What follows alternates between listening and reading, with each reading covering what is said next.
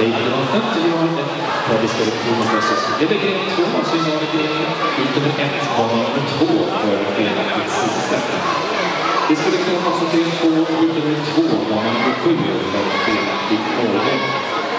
Och det skulle kunna vara så till 2, ut nummer 2, bana nummer 8 för felaktigt sista. Precis så av den här stickan som är i 6. Och så har vi 3 Kundin. Så här blir det 2, Fredrik Ahlman i Täby. 3 Fredrik Ahlman i Södertörn. 4 Albin Kappling i Täby. Och 5 Gustav Sarpers och bara 6 Levismannas spårvägen. Och 7 Victor Jansson Sylberg. Och 8 Carl de Mål av Vårdkost. Då tittar vi på segern på vägen mot mål och vi ser att vi har 40 simmar i form av Bonfem, Simon Lörings från Täby. 44 och 95. För nummer 2, Daniel Kajsa, Järfälla, 48 och 78.